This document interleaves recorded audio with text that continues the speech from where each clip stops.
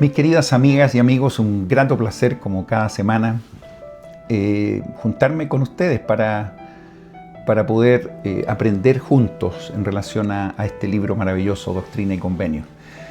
Les cuento que esta semana vamos a ir de lleno a una de las secciones más preciosas en mi opinión, una de las revelaciones más extraordinarias, una de las manifestaciones más extraordinarias que podemos revisar.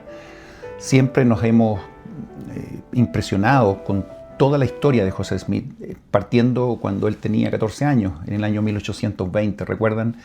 En ese bosque, cuando tuvo esta primera visión que cambió la vida de él y cambió la vida de nosotros. Pero a veces subestimamos las revelaciones que continuaron después de eso.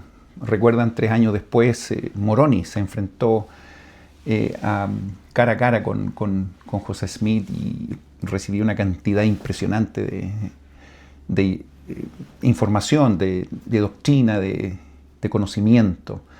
Él fue enseñado personalmente por este ser resucitado. Y bueno, y como resultado tenemos el libro de Mormón. Qué maravillosa bendición. Y después de eso, este profeta comienza a recibir una serie de otras manifestaciones celestiales. Si hiciéramos una lista, tendría que ocupar mucho tiempo para enumerarla, de todas las personas y todos los seres que visitaron a José Smith. Pero uno de los más destacados justamente se encuentra en lo que hablaremos el día de hoy en esta clase. Me refiero a la sección 109 y 110 de Doctrina y Convenio. Me imagino que ya saben cuál será el tema principal de esta clase. Y bueno, y no es coincidencia que en estos últimos meses yo he tenido el sentimiento de compartir con ustedes muchos de los edificios que llamamos la casa del Señor. Estos templos maravillosos que nos han bendecido la vida a todos nosotros y a mucha gente a través del mundo. Nunca antes en la historia hemos tenido la cantidad de templos que han sido construidos. Y esto va a continuar, va a ser algo que no para hoy. Y he tenido, como digo, la iniciativa de poder mostrar semana a semana algunos templos, que algunos están muy cerca de donde yo vivo, pero otros que están incluso en otros continentes, en otros países, que he tenido la oportunidad de visitar. Estoy seguro que ustedes también han tenido la oportunidad de entrar a estos edificios que son hermosos. Ahora, no tan solo en su arquitectura o en su decoración, como siempre lo he resaltado, una de las cosas más extraordinarias es el espíritu que se puede vivir dentro de estos lugares, las ordenanzas que se reciben, el sacerdocio en acción, cuando uno participa de las sesiones, cuando sabe que no tan solo uno puede recibir estas promesas cuando uno participa en estas ordenanzas, sino que también uno puede hacer estas ordenanzas por las personas que ya no están con nosotros. Y lo hacemos en forma vicaria. Qué bendición es poder llevar parte de esta alegría a toda la gente que vivió antes de nosotros. Y esta es una gran obra, una obra que no tan solo nos afecta a nosotros como personas en este momento, sino que estamos nosotros siendo instrumentos para bendecir la vida de muchas otras personas en la historia. Y este trabajo no va a terminar. Recuerden que va a haber un momento en que vamos a tener 1000 años, en la cual van a haber cientos y miles de templos a través del mundo. Y estoy seguro que gran parte del trabajo va a ser también en esos 1000 años, en la cual los templos estarán llenos, haciendo la obra por todos aquellos que no tuvieron la oportunidad de recibirlas en vida en este lugar.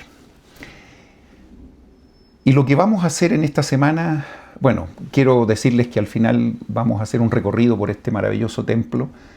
Hay mucho que aprender ahí, hay mucho material que ustedes incluso pueden ir a la internet y poder revisar experiencias y detalles de todo lo que ocurrió en este maravilloso templo. Vamos a revisarlo al final de la clase. La sección 109 está relacionada con la magnífica reunión que se dio para dedicar el templo de Kirtland. Esta ceremonia o esta reunión, que me imagino que tiene que haber sido muy esperada por los hermanos, vino a culminar una cantidad de años de sacrificio que se dio en el marco de la construcción. Primero de la recepción de la instrucción de que debía ser construido una casa para Dios, para instrucción. Recuerdan ustedes la sección 88, hablamos un poco de eso. Y incluso en algún minuto el Señor amonestó a la gente porque no habían tomado en serio esta instrucción. Y entonces ellos después se arrepintieron y comenzaron a trabajar fuertemente en esto. A pesar de que muchos de ellos probablemente sabían que a lo mejor no iban a estar mucho tiempo en ese lugar porque la persecución era enorme. Sin embargo, ellos hicieron grandes sacrificios para poder construir esta casa. A veces digo, quizás no era tan importante, y ojalá que me entiendan, no me malentiendan en esto, quizás no era tan importante el edificio, cada uno de los elementos de construcción, como lo era el que ellos pudieran construir un testimonio en la base del sacrificio, en la base de la perseverancia, del soportar las pruebas. Creo que más allá de un edificio, el Señor estaba pensando en construir el testimonio de cada uno de estos hermanos. Y definitivamente cada una de estas expectativas se cumplieron, y lo refleja en esta oración y en esta ceremonia que quizás en la sección 109 tan solo se muestra la oración propiamente tal, pero ustedes pueden ir a los manuales, pueden ir a la historia de la iglesia y se van a dar cuenta que alrededor de esta reunión hubieron circunstancias preciosas, milagros que jamás la gente había vivido, muy similar a lo que ocurrió en la época del Nuevo Testamento, en el día de Pentecostés, donde el Espíritu Santo fue derramado de una manera impresionante. A veces cuando uno vive experiencias espirituales es muy difícil explicar o transcribir las experiencias tal cual se vivieron. En ocasiones hay experiencias que la única forma de poder entenderlas es poder vivirlas. Sin embargo, hermanos hicieron grandes esfuerzos para comentar sus experiencias y dejar el registro de lo que ahí sucedió. Definitivamente hubieron circunstancias milagrosas, cosas que gente nunca había visto antes. Fue una reunión bastante larga. Entiendo que duró alrededor desde las 9 de la mañana y esto duró prácticamente hasta las 4 de la tarde, con un pequeño intermedio que hicieron para, me imagino, tirar las piernas, a lo mejor ir al baño, qué sé yo, y volver, y terminó alrededor de las 4 de la tarde. Después de eso siguieron algunas actividades alrededor y después incluso siguieron haciendo algunas otras reuniones que culminaron con experiencias espirituales impresionantes. De hecho, después compartieron la Santa Cena, repartieron, a pesar de que el número de personas eran incluso un poquito menos que 1000 personas, eran quizás 900 y tantas personas que vivieron eso. Incluso tuvieron que hacer un par de sesiones adicionales para que la gente pudiera escuchar esta oración. Pero hay registros de diarios personales que demuestran las experiencias que ellos vivieron. Porque, insisto también, es probable que 2 personas estaban sentadas en el mismo lugar viendo lo mismo y a lo mejor sus percepciones podrían ser también un poco diferentes. Entonces era muy interesante ver y escuchar cada una de las experiencias que esta gente tuvo. La dedicación del templo de Kirtland el 27 de marzo, como ustedes lo pueden ver en el encabezamiento de 1836, fue un acontecimiento memorable en la historia de la iglesia. El edificio se construyó siguiendo las revelaciones recibidas. Mientras los hermanos trabajaban en sus tareas de construcción, las hermanas se ocupaban de los que no tenían alojamiento y en hacerle la ropa de los obreros que no podían obtenerla por sí mismos, viviendo todos en forma tan frugal como era posible, a fin de que cada moneda se usara para el gran objetivo. Y así trabajaron desde el 23 de julio de 1833, ocasión en que se colocó la piedra angular, hasta que terminaron para la dedicación. En la revelación dada el 1 de junio de 1833, el Señor indicó el propósito especial de la construcción de esta casa. Os mandé edificar una casa en la cual me propongo investir con poder de lo alto a los que he escogido. Iba a ser un lugar en la que la iglesia recibiría un bautismo pentecostal en el fuego del Espíritu Santo. Era necesario tener una casa especial consagrada y dedicada con este fin. De ahí el mandamiento de Dios a los santos con relación a ella. Y ahora había llegado el día. La gente se reunió desde temprano, llena de gozo y gratitud, y su expectativa fue recompensada. Las manifestaciones de la presencia divina fueron tales que no dejaban lugar a duda en la mente de los miembros dignos respecto a la naturaleza de la obra de que eran parte. Heber C. Kimball relata que durante las ceremonias de dedicación, un ángel se hizo presente y se sentó cerca de José Smith, padre, y de Frederick William, de manera que ellos pudieron verlo claramente. Era alto y tenía ojos negros, y cabello blanco, vestía una túnica que le llegaba hasta cerca de los tobillos. Fue enviado, dice el presidente Heber C. Kimball, como mensajero para aceptar la dedicación.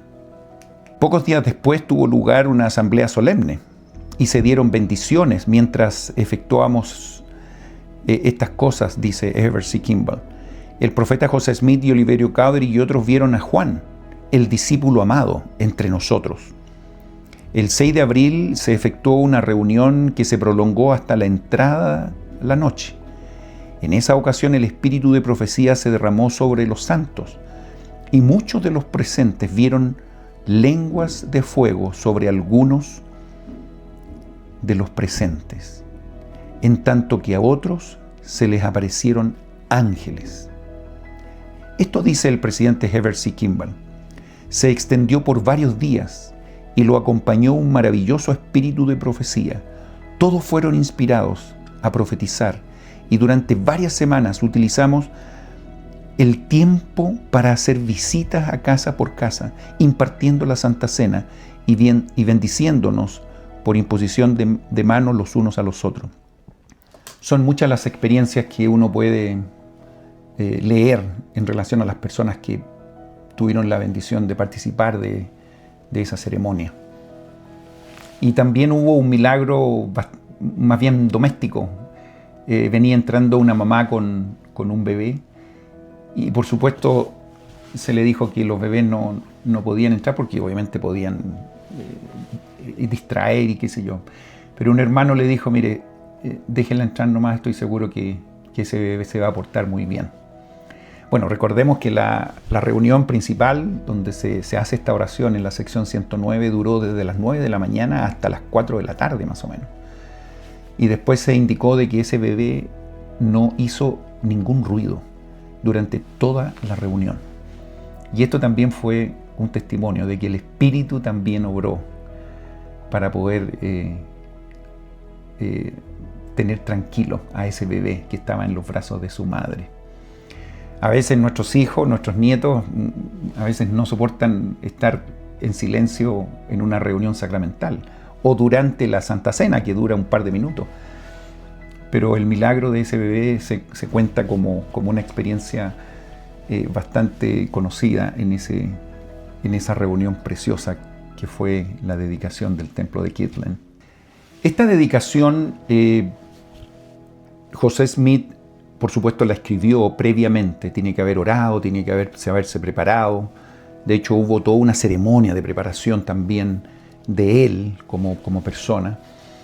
Y finalmente él puso esto por escrito y esto también después fue un modelo para todas las dedicaciones en el futuro, hasta el día de hoy, cuando se dedican los templos. Entonces, esta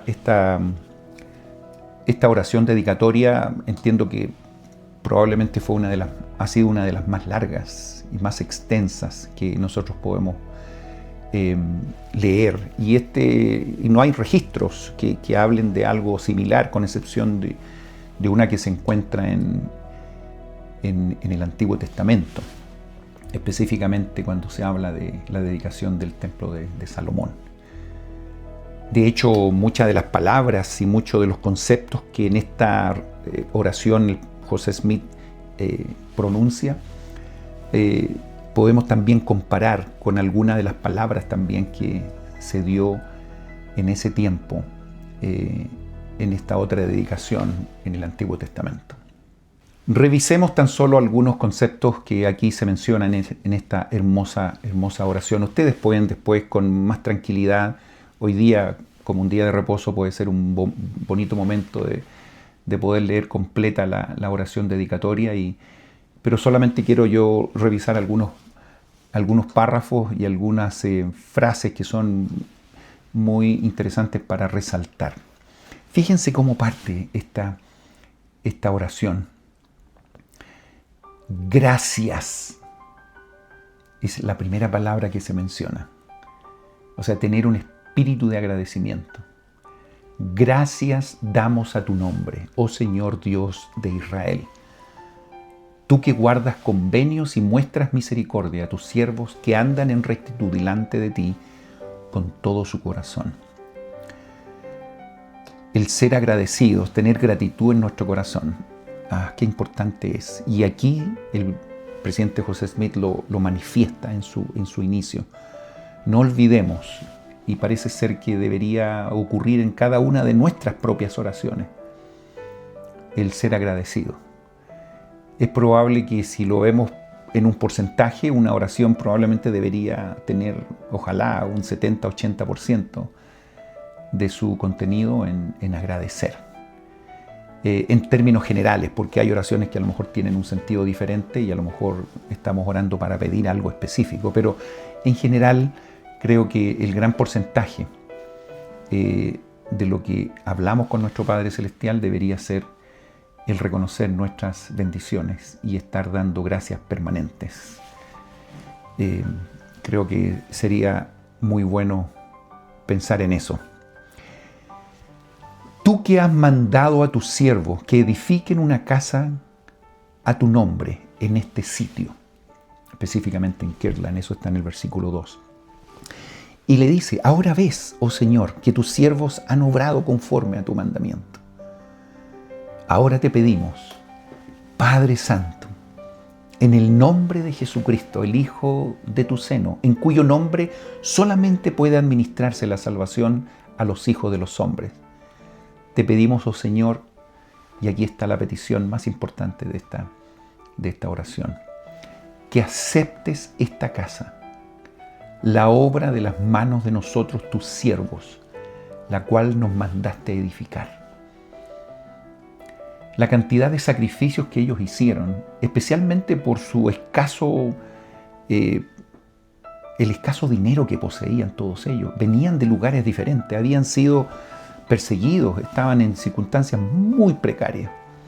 Y aún así, ellos tomaron todo lo que tenían para poder construir este templo. Yo me recuerdo, y es probable que ustedes también hayan tenido experiencias con los templos cerca de donde ustedes viven. Yo me recuerdo cuando el templo de Santiago de Chile fue construido, o que se anunció incluso, había que también aportar, no tan solo con trabajo, sino que también a veces con dinero. Y yo me recuerdo haber visto a muchas, yo era un poco más joven, habían muchas personas que incluso donaban sus argollas de matrimonio. Y de modo de poder obtener un dinero extra para poder llevarlo a los gastos que correspondían a la construcción del templo. Y estoy seguro que muchos de esos hermanos que hicieron grandes sacrificios al final vieron, y al sentarse aún en la reunión de dedicación del templo, que fue en el año 1983, tienen que haber mirado y haber dicho, bueno, parte de esta construcción nos pertenece también a nosotros. Está nuestro sacrificio aquí también. Estoy seguro que los hermanos aquí en Kirtland, insisto que eran un poquito menos de 1000 personas que estaban ahí reunidas incluso afuera y adentro del templo, deben haber tenido el mismo sentimiento de que su trabajo estaba ahí puesto en algún material de construcción o en alguna decoración de las salas. Las hermanas trabajaron fuertemente también en todo lo que tenía que ver con el trabajo interior. Por lo tanto, había un propósito, había una tarea, y esto unió a los hermanos, les dio cuerpo, les dio una cohesión, y todos, como siempre decimos, remando hacia el mismo lado. Hizo que esa gente, me imagino, que tuviera un sentimiento de mucha alegría en una iglesia nueva, en una iglesia que recién partía. Estoy seguro que a lo mejor ellos ni siquiera sabían el impacto que esto iba a tener en las próximas décadas, pero ellos fueron testigos de esta maravillosa dedicación, el primer templo de la restauración. Ya sabemos qué ocurrió después. Es probable que ustedes sepan que el templo no duró mucho ahí. Después ellos tuvieron que salir de ahí. Después la historia se empezó a contar en Missouri, que bueno, ustedes ya saben, y vamos a revisar las cosas que también ocurrieron ahí con el segundo templo, en el templo de Nauvoo. Esos dos templos que finalmente dejaron de funcionar por diferentes razones. Les comento, aprovechando que estamos hablando de esto, el templo de Kirtland no se hicieron ninguna ceremonia tal como las que nosotros conocemos hoy día en los templos, ninguna investidura tal como nosotros la conocemos. Pero sí hubieron algunas ceremonias iniciatorias, como nosotros le llamamos lavamientos, unciones, pero se dedicó prácticamente a lo que tenía que ver también con la escuela de los profetas. Se hacían reuniones en el segundo piso. También se ocupaba como capilla, digamos, como centro de reuniones, las oficinas también de la primera presidencia. Por lo tanto, el templo tal cual como nosotros lo conocemos no era en ese minuto el templo de Kirtland. De hecho, en ese templo no hay una pila bautismal, no hay salas de ceremonia, no hay ese tipo de lugares donde normalmente vemos los templos actuales. Eso sí ocurrió después en el templo de Nauvoo por un corto espacio de tiempo. Ya vamos a hablar de eso en semanas posteriores. Pero más allá de eso, la importancia de dar, como por así decir, el primer paso, el primer templo, con todos los sacrificios que eso significó y lo que significó también para los hermanos, fortalecer su testimonio y ver cosas que me imagino que ni siquiera se imaginaron. Ángeles, literalmente hablando, ministrando a esta gente que participó de esta reunión. Porque tú sabes, versículo 5, y aquí lo remarca lo que les acabo de decir, que hemos hecho esta obra en medio de gran tribulación y de nuestra pobreza hemos dado de nuestros bienes para construir una casa a tu nombre, a fin de que el Hijo del Hombre tenga un lugar para manifestarse a su pueblo. Fíjense la importancia y qué lo que tenían en mente esta gente cuando trabajaban en función de este templo. Que el Señor pudiera tener un lugar para manifestarse. Y yo les quiero testificar, como ustedes también probablemente testifican, de que en los templos podemos sentir la influencia del Espíritu con mayor fuerza. Y por qué no sentir al Salvador mucho más cercano que en cualquier otro lugar. Y en los siguientes versículos, en esta oración, él menciona de que efectivamente esta instrucción fue dada por revelación, que ellos debían hacer esto. Y en la sección 88, como digo, hay una instrucción exacta de lo que ellos debían hacer. Y en esta oración, desde el versículo 7 hasta el versículo 9 más o menos, palabra por palabra, él recuerda la instrucción que Dios les había dado en relación a la construcción de este templo. Ahora, Padre Santo, dice el versículo 10, te rogamos que nos ayudes con tu gracia a nosotros. Y aquí empieza una especie de petición específica de lo que ellos estaban viviendo en ese minuto, que no era fácil, insisto, en relación a la persecución. Dice, te rogamos que nos ayudes con tu gracia a nosotros, tu pueblo, al convocar nuestra asamblea solemne, a fin de que se haga para honra tuya y para tu divina aceptación, de manera que seamos considerados dignos ante tu vista, etcétera, etcétera. Palabras muy preciosas que ahí se mencionan en los versículos 11 y 12. Y para que todas las personas, dice el 13, que pasen por el umbral de la casa del Señor, y ojalá que esto se amplíe a todos los templos que están en este minuto y los que van a venir. Las personas que pasen por el umbral de la casa del Señor sientan tu poder y se sientan constreñidas a reconocer que tú las has santificado y que es tu casa, lugar de tu santidad. ¿Han tenido la oportunidad de ir al templo? ¿Han tenido la oportunidad de sentir el Espíritu? ¿Han tenido la oportunidad de poder efectivamente saber que están en un lugar sagrado? Esto comenzó aquí en el año 1836 en Kirtland y se ha repetido en cada uno de los templos que tenemos hasta el día de hoy y todos aquellos que se van a construir en el futuro. Y después dice el 14, en esta petición, en esta oración dedicatoria, Padre Santo, y concede por favor, Padre Santo, que todos los que adoren en esta casa aprendan palabra de sabiduría de los mejores libros y que busquen conocimiento tanto por el estudio como por la fe, así como tú has dicho. Ellos habían recibido esta revelación en la sección 88 y lo repite aquí. Y anhela y pide y ruega que esto se pueda dar. Y que crezcan en ti, dice el 15, y reciban la plenitud del Espíritu Santo. Y se organicen de acuerdo con tus leyes y se preparen para recibir cuanto fuera necesario. Qué palabras más lindas. Me encanta esto de la plenitud del Espíritu Santo. No tan solo una porción pequeñita, aislada, sino que podamos estar constantemente viviendo bajo la influencia del Espíritu.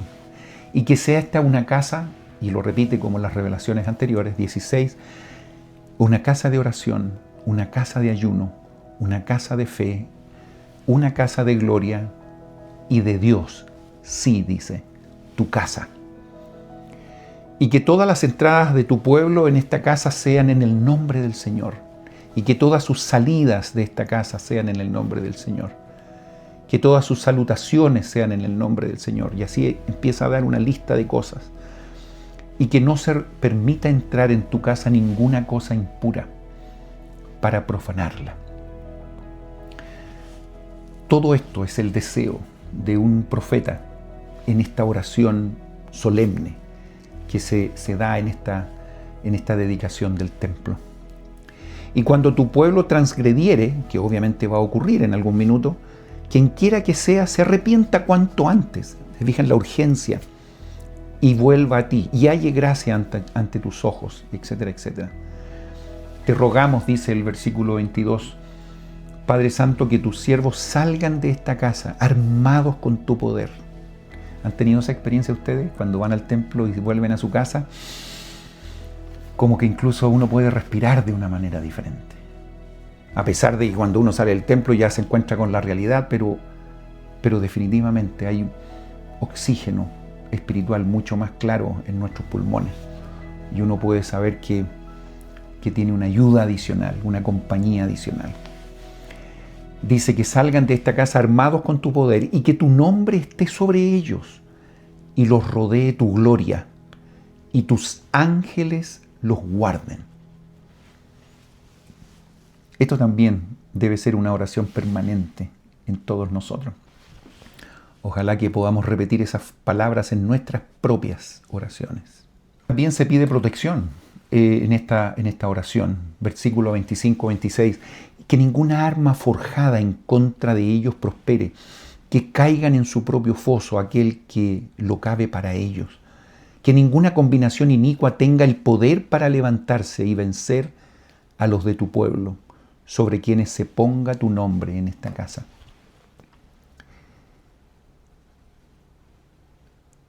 Sigue pidiendo fortaleza, apoyo, ayuda en los versículos 27, 28.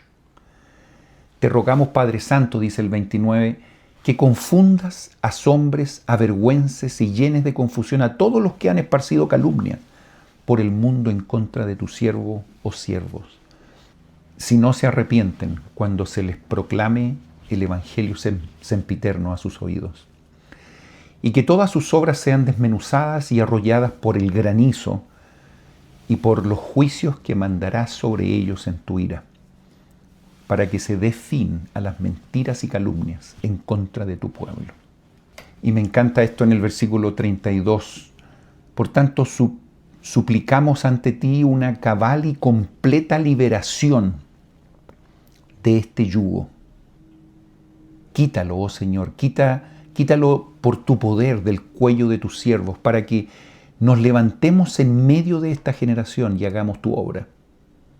Oh Jehová, ten misericordia de este pueblo.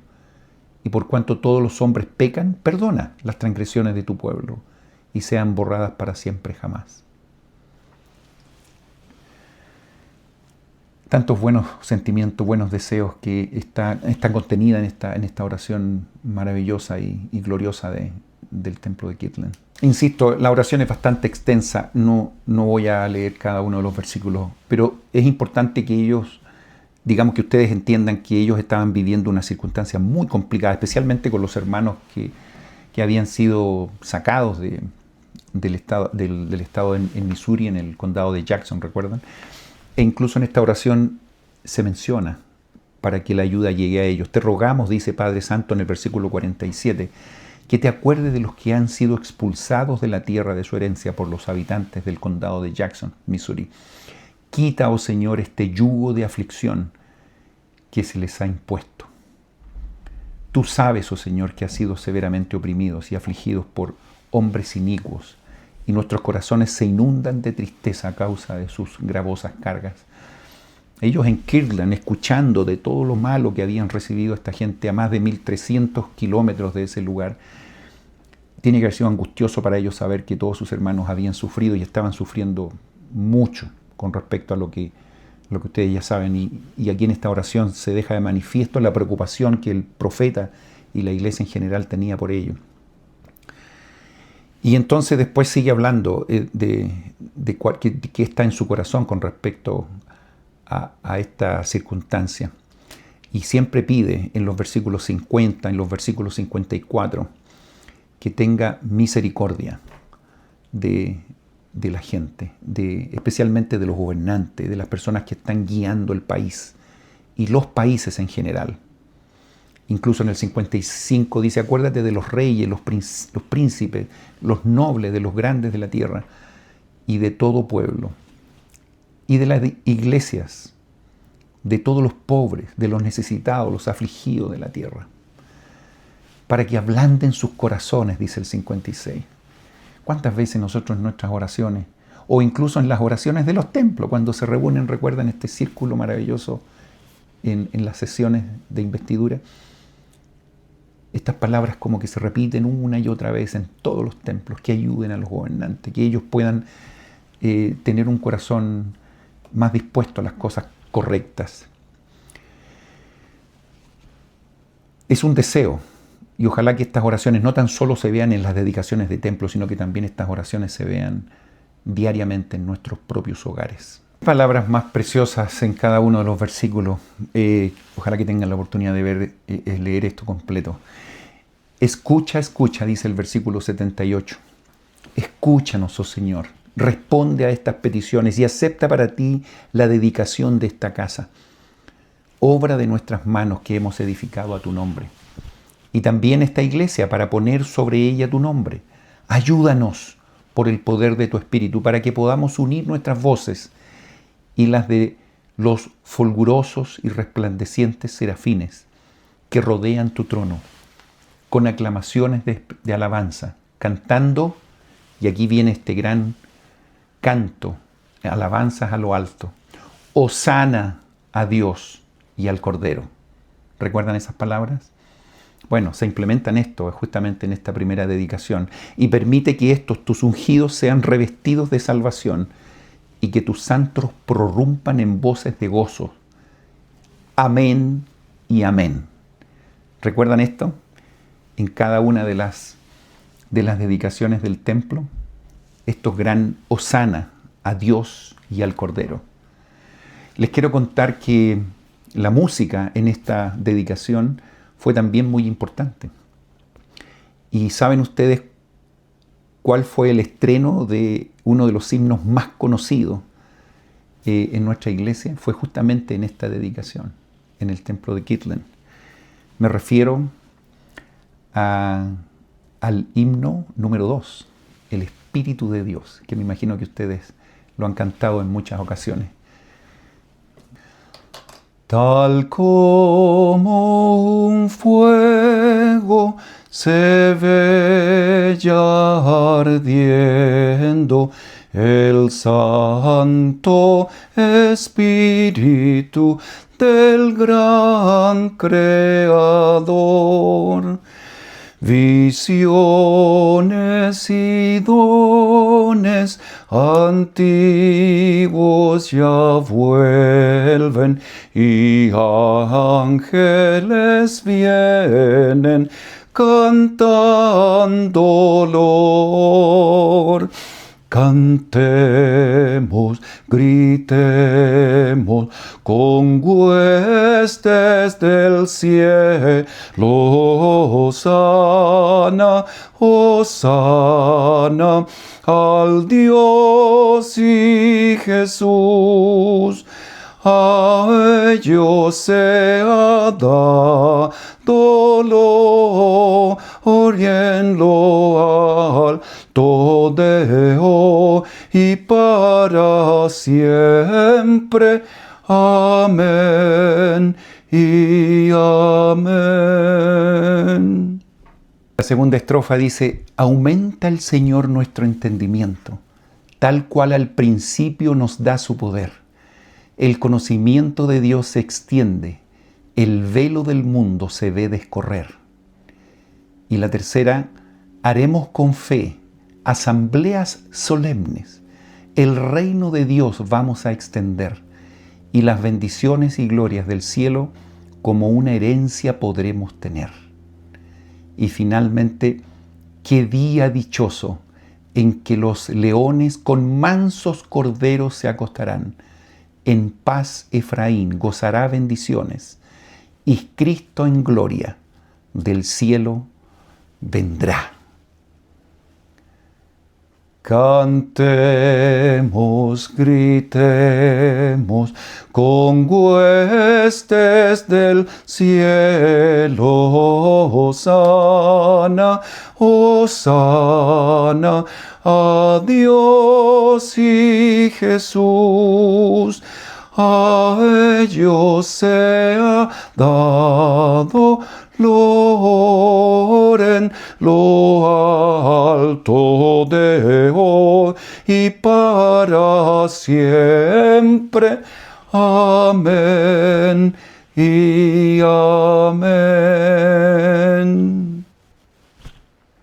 Letra del hermano William W. Phelps, hermano que ha estado en todas estas actividades, en todas estas historias, y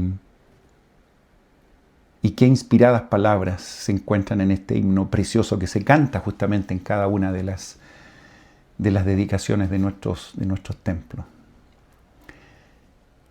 Hermanos, en esa reunión dice que escucharon coros celestiales que se unieron al coro que ahí estaba presente. Qué hermoso tiene que haber sido. Si esta reunión, si esta ceremonia de dedicación del templo fue magnífica, espectacular, extraordinaria, y pónganle los adjetivos que ustedes quieran, todo va a quedar corto, digamos, entramos a la sección 110, que es una de mis secciones preferidas, por el alcance que tiene, por la importancia que tiene. Y esto fue a los días siguientes de la dedicación. Estamos hablando del 3 de abril de 1836. Ahí estaban ellos con muchas reuniones, José Smith, Oliverio Cowdery, y ellos incluso estaban repartiendo la Santa Cena por ahí, algunos hermanos, hasta que finalmente se fueron a una sala ahí cerca del púlpito. Y ocurrió algo impresionante.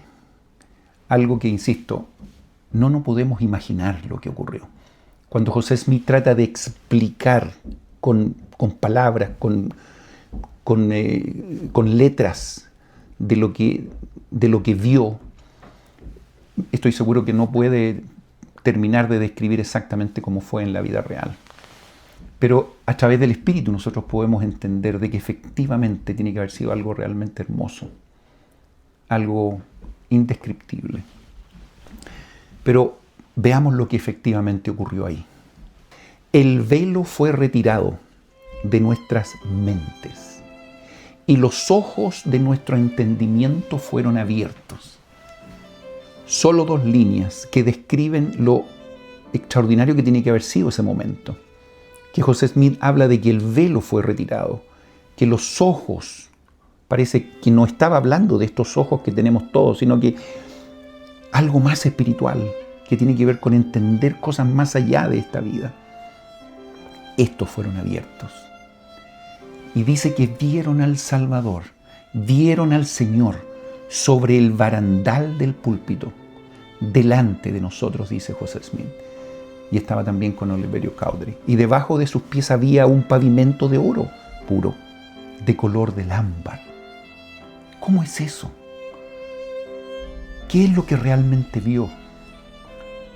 Él lo describe con las palabras y con el vocabulario que él tiene. Un pavimento de oro. Sus ojos eran como llama de fuego, el cabello de su cabeza era blanco como la nieve pura. Su semblante brillaba más que el resplandor del sol, y su voz era como el estruendo de muchas aguas. Sí, la voz de Jehová que decía: soy el primero y el último, soy el que vive, soy el que fue muerto, soy vuestro abogado ante el Padre. Dando a entender de principio a fin cuáles son sus papeles en esto que es tan extraordinario que es el plan de salvación. El primero y el último. He aquí vuestros pecados os son perdonados, os halláis limpios delante de mí. Por tanto, alzad la cabeza y regocijaos. Díganme si no nos gustaría algún día recibir una información como esta o una frase como esta del Salvador. Regocíjense el corazón de vuestros hermanos, así como el corazón de todo mi pueblo, que con su fuerza ha construido esta casa en mi nombre. Y ahí está entonces, porque he aquí, y aquí viene lo esperado. Esa oración que se dio en la sección 109, viene la respuesta aquí en la sección 110. He aceptado esta casa, y mi nombre estará aquí, y me manifestaré a mi pueblo en misericordia en esta casa. Esta promesa no tan solo se da para el templo de Kirtland, ni el templo de Nauvoo, ni el templo del Lago Salado y todos los templos que están alrededor del mundo. Mis queridos hermanos, quiero testificarles que efectivamente en estas casas se manifiesta el Señor. Se manifiesta el Señor. Mi nombre, dice, estará aquí. Y definitivamente por eso la llamamos la casa del Señor. Sí, apareceré a mis siervos, dice el versículo 8, y les hablaré con mi propia voz. Si mi pueblo guarda mis mandamientos y no profana esta santa casa, siempre con una condición. Nosotros hacemos lo que corresponde y Él está entonces dando estas bendiciones extraordinarias. El corazón de millares, dice el versículo 9, de decenas de millares se regocijará en gran manera como consecuencia de las bendiciones que han de ser derramadas y la investidura con que mis siervos han sido investidos en esta casa. ¿Cómo no? ¿Cómo no? Si el corazón de millares, decenas de millares, se regocijarán, si en estos edificios no tan solo se reciben las ordenanzas por aquellos que están vivos, sino que también aquellos que no están en este lugar y que ya por alguna razón se fueron de este estado. Pero ellos también pueden vicariamente recibir estas bendiciones. Por lo tanto, sí, millares y decenas de millares se regocijarán por las cosas que ahí se hacen. La fama de esta casa, dice el versículo 10, se extenderá hasta los países extranjeros. Y fíjense qué profecía más extraordinaria, que se ha cumplido hoy día y seguirá avanzando. Y este es el principio de la bendición que se derramará sobre la cabeza de los de mi pueblo. Así sea, dice. Claro que fue el principio, el primer templo de la restauración.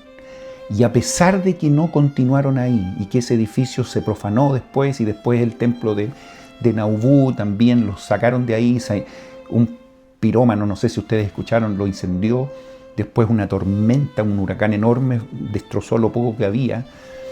A pesar de todo eso, más allá del edificio puntual, hoy día tenemos cientos de edificios que tienen el mismo objetivo y están bendiciendo la vida de mucha gente. Después de cerrarse esta visión, imagínense ustedes lo maravilloso que tiene que haber sido. A pesar de que José Smith probablemente ya estaba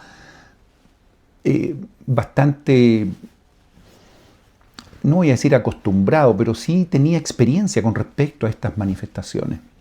Pero tiene que haber sido maravilloso, especialmente por lo que estaban participando específicamente en esa semana de la dedicación del templo. Después de cerrarse esta visión, dice el versículo 11, los cielos nuevamente nos fueron abiertos y apareció Moisés. Hermanos, yo no sé si ustedes se han puesto a pensar, hemos hablado tanto de Moisés, hemos aprendido tanto de Moisés.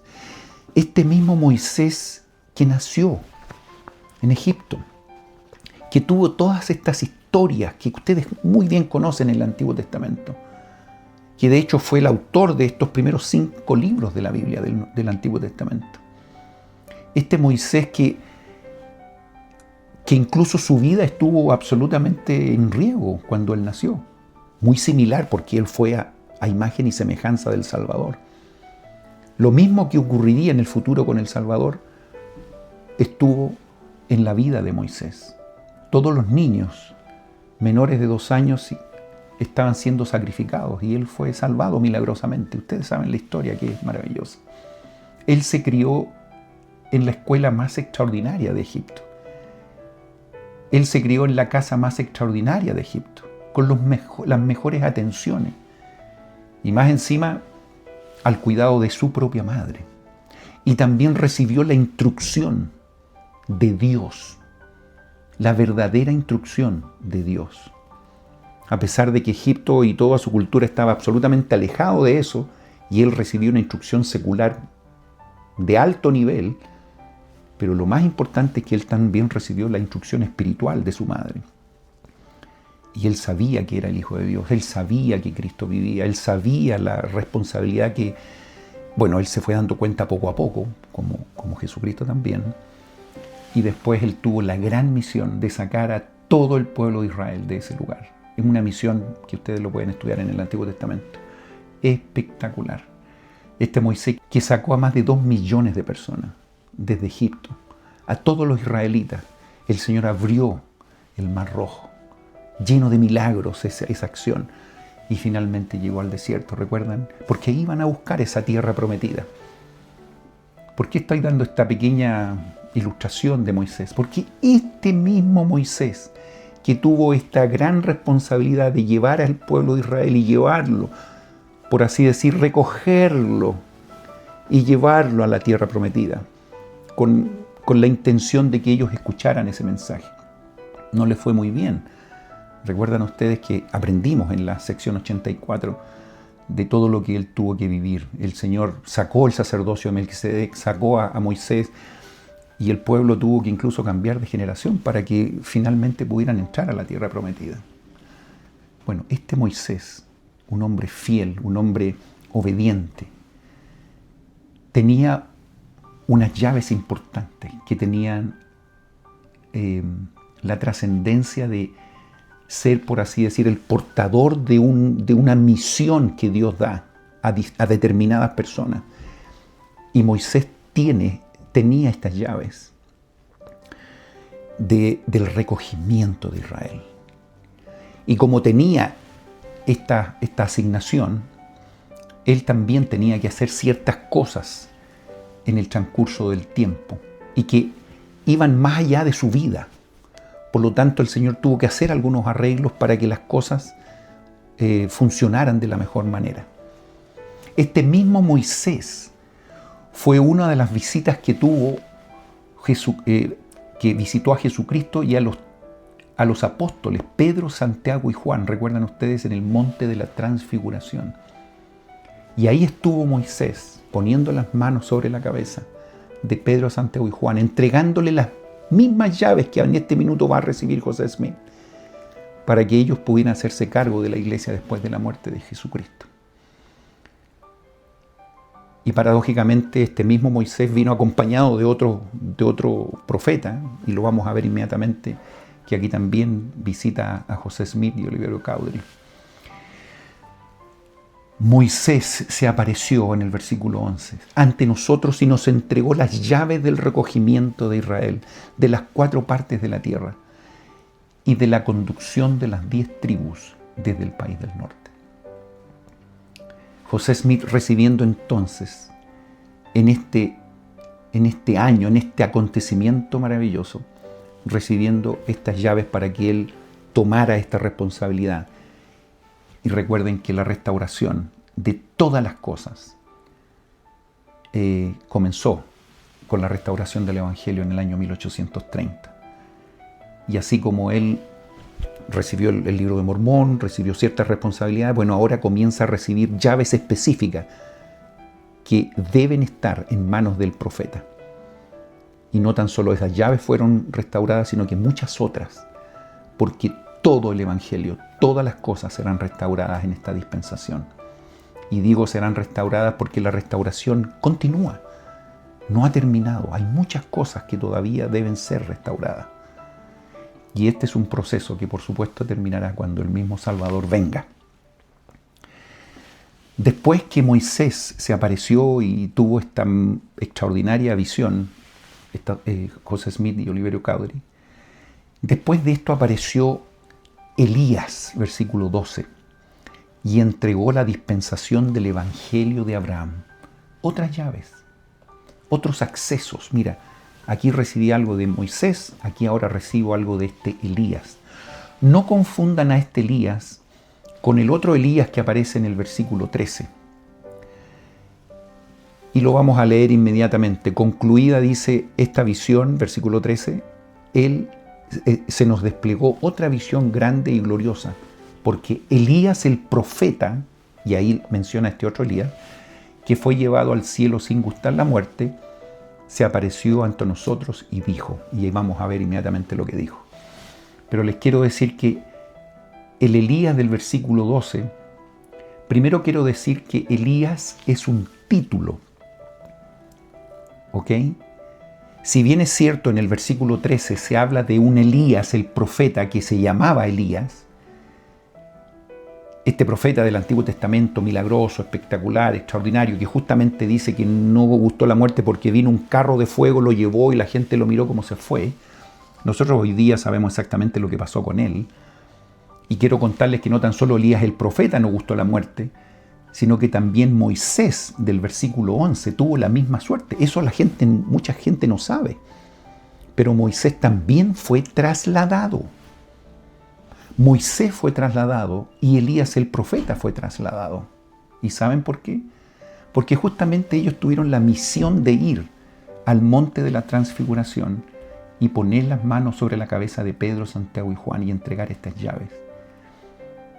Y como tenían que poner las manos sobre la cabeza, en el año en que Jesucristo estaba en la tierra, muchos años después de la vida de Moisés y de Elías el profeta, algo tenían que hacer para poder poner las manos sobre su cabeza. Porque si ellos morían en su época, Moisés y Elías el profeta, no podían resucitar para poner las manos sobre la cabeza de Pedro, Santiago y Juan. ¿Por qué? Porque Cristo aún estaba ahí vivo. Y como Él es el primero que muere y resucita, Nadie podría haber resucitado antes que Cristo. Por lo tanto, fue necesario que ellos fueran trasladados. Y trasladado significa simplemente pasar de un estado a otro estado, de un estado celestial a un estado terrenal. No sé si lo explicamos cuando hablamos de los grados de gloria. Y entonces ellos venían con un cuerpo, no resucitado, pero en un cuerpo trasladado, y pudieron poner sus manos sobre la cabeza de ellos. Y después de ese evento, Jesucristo murió y resucitó. Y por supuesto, después todos los hermanos que tienen alguna asignación pueden resucitar después de Cristo, como ocurrió con Moisés y como ocurrió con Elías el profeta, y con muchos otros, con Juan el Bautista, con Pedro, Santiago y Juan, y todos los demás que nosotros sabemos que son seres resucitados. Entonces, cuando ellos vienen aquí en la sección 110, Moisés y Elías el profeta ya vienen como seres resucitados, porque esto fue en el año 1836, mucho después que Jesucristo murió y resucitó. Mire dónde me estoy yendo. Me estoy yendo quizás a otros elementos más doctrinales y más históricos, pero para que ustedes entiendan que aquí no hay ni un detalle que se va. Este Moisés vino y entregó las llaves a José Smith. Este Elías el profeta vino y entregó llaves fundamentales que las voy a explicar inmediatamente cuáles son. Y se entregaron a José Smith y a Oliverio Cowdery. Pero en el versículo 12 vino un Elías, que no se menciona acá quién es. Entendemos que Elías es un precursor, es un título que lo han tenido varias personas. Y hay muchos hermanos que han hablado en relación, y muchos líderes que han hablado en relación a este Elías, que probablemente fue el mismo Elías que vino cuando, por ejemplo, vino a anunciar el nacimiento de Juan el Bautista, a su mamá. Y vino un Elías. Recuerden ustedes quién fue el que vino. Y se van a encontrar con la sorpresa que fue el mismo que después vino a María y le dijo que iba a venir Jesucristo. Entonces, ese ángel que vino como un Elías, sabemos que fue Gabriel. Ah, mire qué interesante. Y en otros aspectos y en otros lugares y en otros momentos de las Escrituras vemos que ese Gabriel lo identificamos con un nombre muy particular y muy conocido también. Y es exactamente el que ustedes están pensando. Me estoy refiriendo a nada más y nada menos que a Noé. Entonces, apóstoles y personas que han estudiado esto y que han desmenuzado un poquito más, han dicho que efectivamente el Elías del versículo 12 es Noé. Y claro, porque él entrega la dispensación del Evangelio de Abraham. ¿Y cuál era la responsabilidad de este Elías? Justamente entregar este Evangelio de Abraham. ¿Cuál era el Evangelio de Abraham? ¿Recuerdan a Abraham de que todas las naciones iban a ser y las generaciones iban a ser bendecidas a través de él? Esas bendiciones después quizás no se cumplieron en él específicamente, pero sí en su hijo y en su nieto. ¿Y quién fue su hijo? ¿Recuerdan? Isaac. Y después Isaac tuvo un par de hijos. Y uno de ellos era Jacob. Ah, mira, qué interesante. ¿Y ese Jacob quién era? Bueno, el Señor después le cambió el nombre y le dijo, tú serás Israel. ¿Y ese Israel tuvo cuántos hijos? Bueno, tuvo 12 hijos. Y ahí entendemos y que corresponde a lo que nosotros hoy día sabemos que está relacionado con las 12 tribus de Israel. Y fíjense ustedes cómo el Señor ha bendecido a estas 12 tribus de Israel, a la casa de Israel, a través del nieto de Abraham, que justamente las promesas fueron dadas.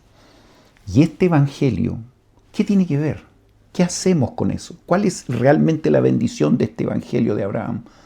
Bueno, que alguien se bautice, que alguien reciba el Espíritu Santo, que alguien reciba el sacerdocio, que alguien reciba las investiduras en el templo. Pero ¿cuál es la culminación de todas esas bendiciones? En el más alto grado, que es importantísimo que ocurra. ¿Han escuchado? El matrimonio eterno. Hay personas que han hablado directamente. El Evangelio de Abraham, en realidad, es el matrimonio eterno.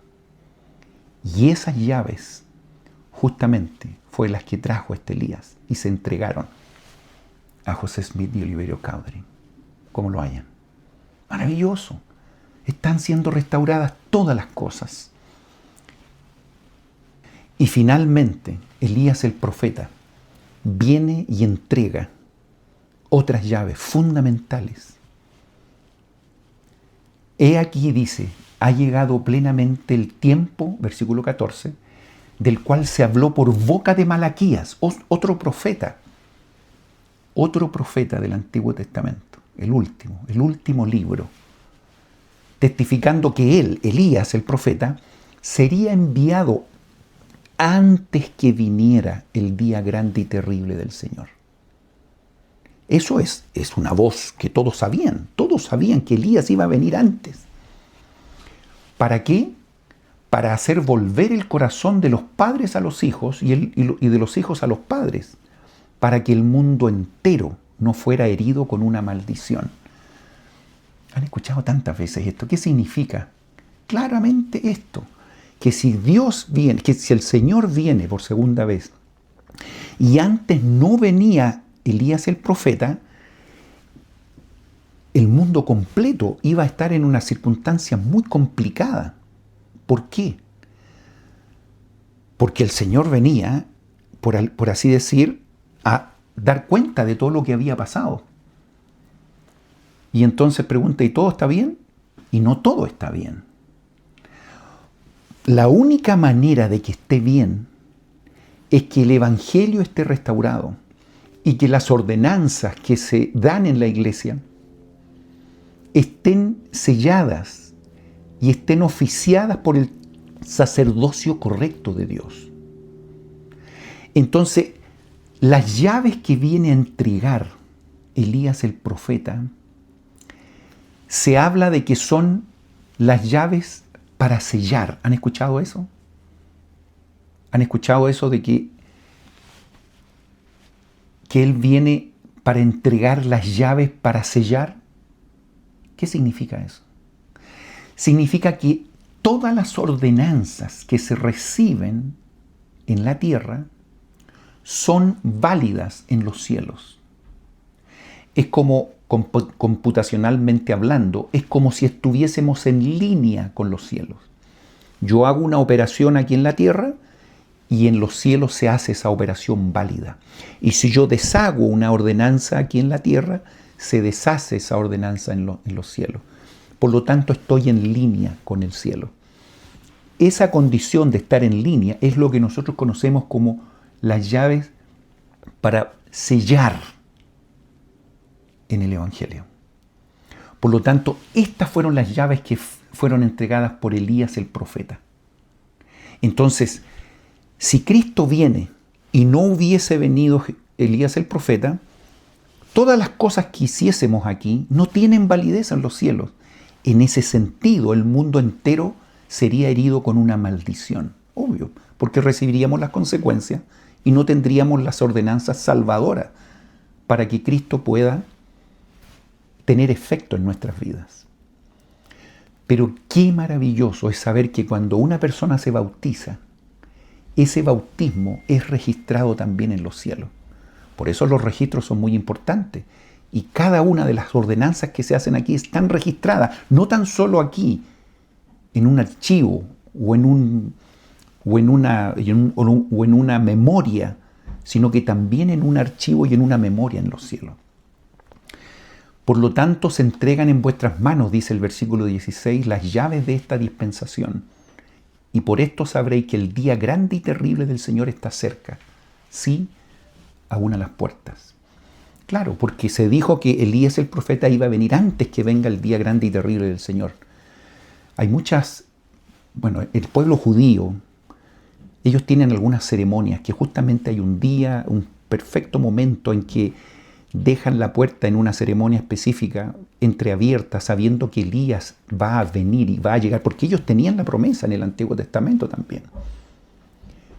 Pero ¿saben qué? Probablemente ellos todavía no se han enterado que Elías el profeta ya vino en el año 1836 hace casi ya 200 años. Y en ese tiempo el Señor ya estaba cerca, aún a las puertas. Por lo tanto, hoy día es probable que ya tenga prácticamente un pie dentro. Por lo tanto, estamos en los últimos días. Y qué paradoja que esta iglesia se llama la iglesia de Jesucristo de los santos de los últimos días. Qué maravillosa noticia que haya venido Moisés, que haya venido Elías y que haya venido Elías el profeta a entregar llaves, estas llaves que nos permiten y que son tan importantes que incluso las recibió también Pedro, Santiago y Juan en su momento, para seguir con la iglesia después de la muerte y resurrección de Jesucristo. Y estos mismos personajes vinieron y entregaron estas llaves a José Smith. Hermanos, yo no tengo ninguna duda que estas cosas son verdaderas. Son demasiado sagradas. El entendimiento mío no alcanza a dimensionar lo que esto significa. Hay muchas cosas extraordinarias que todavía necesitamos avanzar un poquito más, que empecemos a subir un poquito más escalera, de modo de tener una perspectiva mejor para lo que pase adelante. En la sección 109, esta gente vivió experiencias maravillosas en la dedicación del templo de Kirtland. Pero nosotros podemos vivir experiencias maravillosas en nuestros propios templos que están cerca de nuestros hogares. Tengamos la oportunidad de ir en la medida de lo posible, lo más que se pueda. Mis queridos hermanos, el Evangelio ha sido restaurado. Aquí están las pruebas. Estos seres celestiales vinieron y entregaron llaves fundamentales a nuestro querido profeta José Smith. Yo no tengo duda que estas llaves están en posesión de nuestro querido profeta, el presidente Nelson.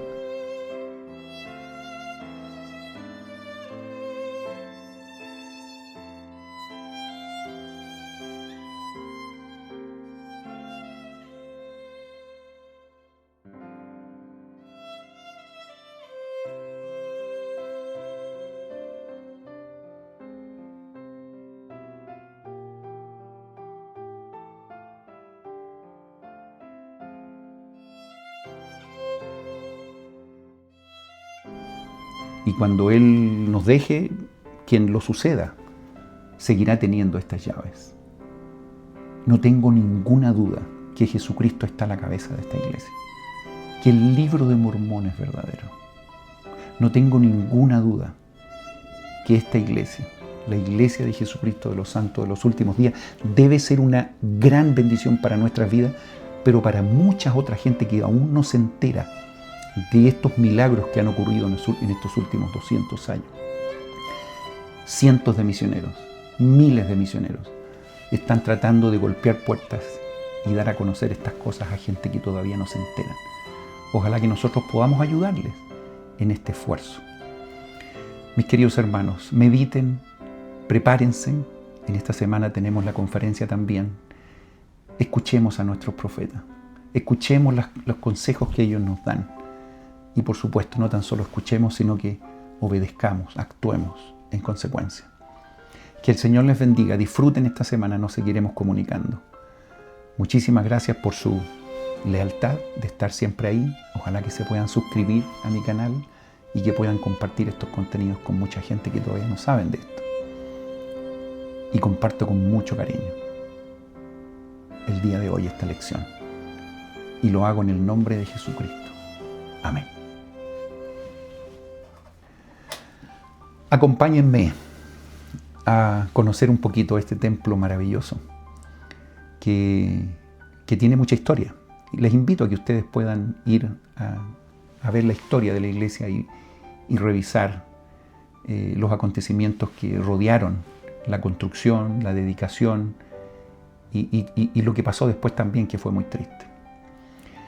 Por muchos años este edificio fue propiedad de la iglesia, de otra iglesia, digamos, y hace algunos años ya nosotros pudimos tener nuevamente la oportunidad de tener la propiedad de este edificio, y actualmente es una gran bendición poder incluso invitar a aquellos que están cerca y a los que viajen por estos lados, que vayan a este templo maravilloso y que puedan sentir el espíritu que ahí hay. Por lo tanto, si bien es cierto, no se necesita una recomendación para el templo para ir a ese lugar. Es una especie de centro de visitante que la gente puede entrar, recibir alguna información de los misioneros y dan algunos tours muy, muy interesantes. Que el Señor les bendiga entonces para seguir aprendiendo en relación a estas revelaciones de Doctrina y Convenio y que puedan disfrutar de estos templos que ya están por cientos en todo el mundo. Y estoy seguro que seguiremos escuchando algunos nuevos esta semana. Disfruten estas imágenes, hermanos.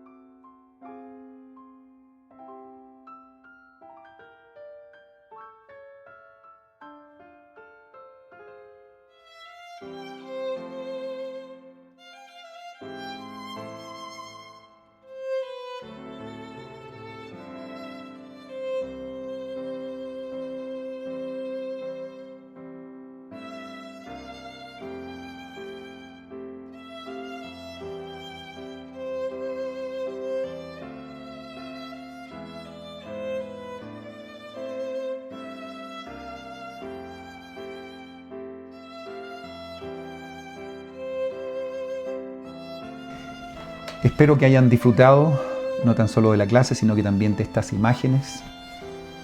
Y por supuesto, revisemos los discursos y los mensajes de lo que tenemos durante esta semana, de nuestras autoridades generales, partiendo del profeta, los consejeros y los apóstoles y todos los hermanos de los 70.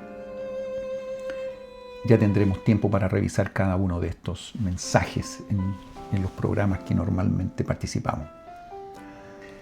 Que el Señor les bendiga y nos vemos, por supuesto, la próxima semana.